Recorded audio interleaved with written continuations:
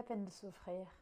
Pas la peine de souffrir. Malheureusement, je n'ai pas réussi à faire des vidéos les derniers jours. Oh là là, c'est parce que la vie est complètement folle.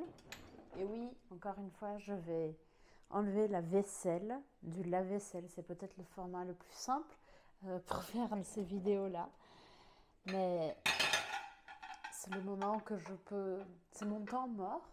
Et je ne sais pas si tu sais, mais j'apprends à mes élèves à utiliser leur temps mort, c'est-à-dire des moments qui ne sont pas super importants dans la vie, mais qui sont nécessaires, comme faire la vaisselle, s'occuper de la maison, ce type de choses, pour pouvoir parler français. Parce que si vous êtes comme moi et que vous avez beaucoup de travail et une famille, vous savez que souvent on n'a pas le temps. Donc, c'est un peu ce qui s'est passé cette semaine et c'est pourquoi je n'ai pas réussi à faire mes vidéos les derniers jours. Mais attends, je mets les assiettes ici. J'avais décidé de participer avec des amis à un défi 30 jours de vidéo. Sauf que il y a un jour, le premier jour que j'ai pas réussi à faire de vidéo, c'était parce que j'étais très malade et en plus ma maison a été cambriolée. Et à partir de là, je pense que ça fait qu'il y a 3 vidéos que je n'ai pas publiées. Donc, ce que je vais faire, c'est que de toute façon, je vais en faire 30. Mais pour l'instant, je n'ai pas réussi à faire 30 jours d'affilée. Mais aujourd'hui, je voulais quand même en faire une avec un peu de bruit. Et aujourd'hui, je suis allée voir un peu ce que les gens commentaient dans les vidéos de vlog. Et je me suis rendu compte d'un truc intéressant. C'est qu'il y a des vidéos où je parle plus vite. Il y a des vidéos où je parle plus lentement. Ça dépend de si je suis fatiguée, quelle heure il est, ce que je suis en train de faire. Et en fait, ça, je trouve que c'est vachement intéressant parce que c'est comme ça dans la vraie vie. On ne parle pas toujours de la même façon, on n'utilise pas toujours le même vocabulaire. Et j'ai bien aimé, en fait, pouvoir te montrer ça. Et puis, en plus, j'ai pas réussi à faire de vidéo hier et aujourd'hui et l'autre jour. L'autre jour, j'ai raconté. Aujourd'hui, je suis en train de la faire. Mais hier, je ne l'ai pas faite. Et peut-être qu'il y a d'autres jours, je ne sais même plus. Mais parce que nous sommes en train de terminer notre événement qui s'appelle la Jornada, le voyage en français, on dirait.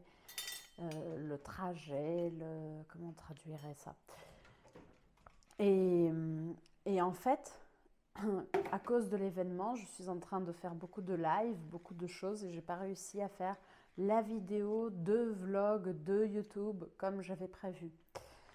Mais bon, ce qui importe, c'est que j'ai toujours en tête que je dois la faire et ça me met en mouvement.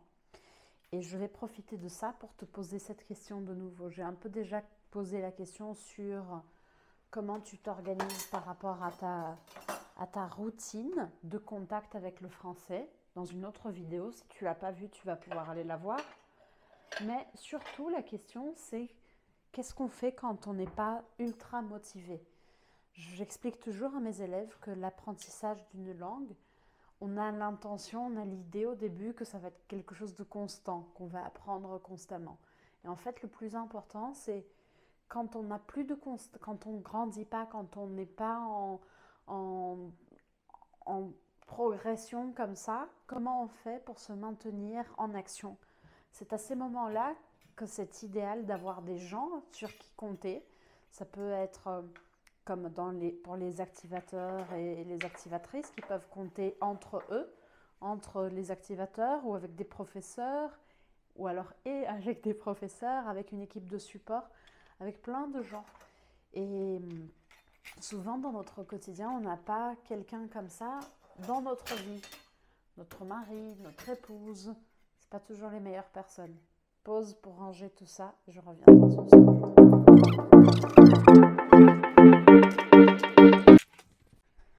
Me revoilà, j'ai regardé au mauvais endroit. Maintenant je range ces couverts et après je suis presque libre.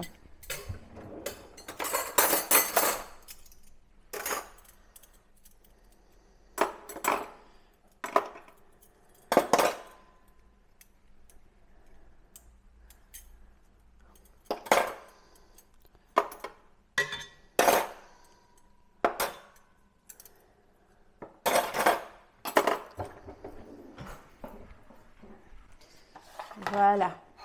Alors, me revoilà. Me revoilà. Alors, je vais quand même parler et ranger des trucs en même temps. C'est peut-être toujours moi comme ça. Je pense que je suis toujours comme ça. Je fais plusieurs choses en même temps. Il y a une phrase que j'adore, qui était une phrase qui m'a marquée pendant mon adolescence, d'un artiste qui s'appelle Ben. Et c'est un artiste français. Il y a beaucoup d'articles de papeterie, des agendas, comment on dit, des cahiers, des trousses, des stylos, etc. de cet artiste Ben, avec des phrases écrites. Et c'est en noir et blanc en général. Et j'avais acheté à ma mère un agenda où on voyait écrit « être ici et ailleurs en même temps ». Et cette phrase m'a beaucoup marquée pendant très longtemps. Parce que je l'ai offerte à ma mère, mais c'est comme si moi-même, pour le fait d'être franco-brésilienne et d'avoir une double culture, je vivais toute ma vie ici et là-bas en même temps. Et je te raconte ça parce qu'en faisant la 10 000 choses en même temps, je me souviens que je fais toujours ça. Et qu'en fait, cette phrase, elle marche aussi dans ce sens-là. Je fais une chose, mais je fais une autre chose en même temps. C'est un point très négatif, mais un point positif quelquefois, parce que j'ai l'aptitude de faire deux choses simultanément. Et donc, j'ai le temps de faire plus de choses. C'est peut-être pour ça que j'ai décidé de créer cette méthode du MMS. Je ne sais pas si tu as déjà entendu parler.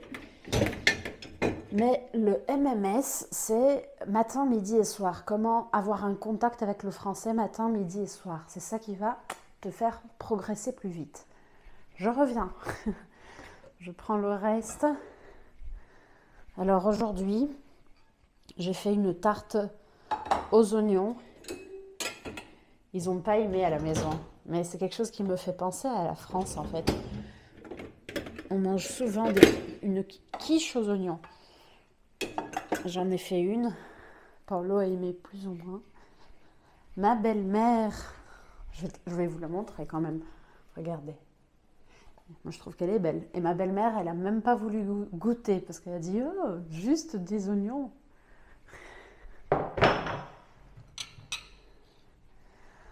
Encore les différences culturelles, c'est toujours sur ça. Au fond, on a des différences culturelles à l'intérieur de notre propre pays. Et quand tu apprends une langue étrangère, comme le français, tu as l'occasion de vivre ça d'une autre façon. Parce que tu seras de toute façon toujours étranger ou étrangère dans cette langue. Et c'est comme si tu te sentais moins obligé de faire partie de quelque chose ou de correspondre à quelque chose. C'est toujours ce que j'ai senti quand je suis allée habiter en Argentine ou en parlant anglais, mais surtout en Argentine, sincèrement. Je vais allumer la machine. Cette vidéo est un peu inutile, mais j'espère que tu l'as bien aimée. Je te souhaite une excellente soirée, un gros bisou et à bientôt.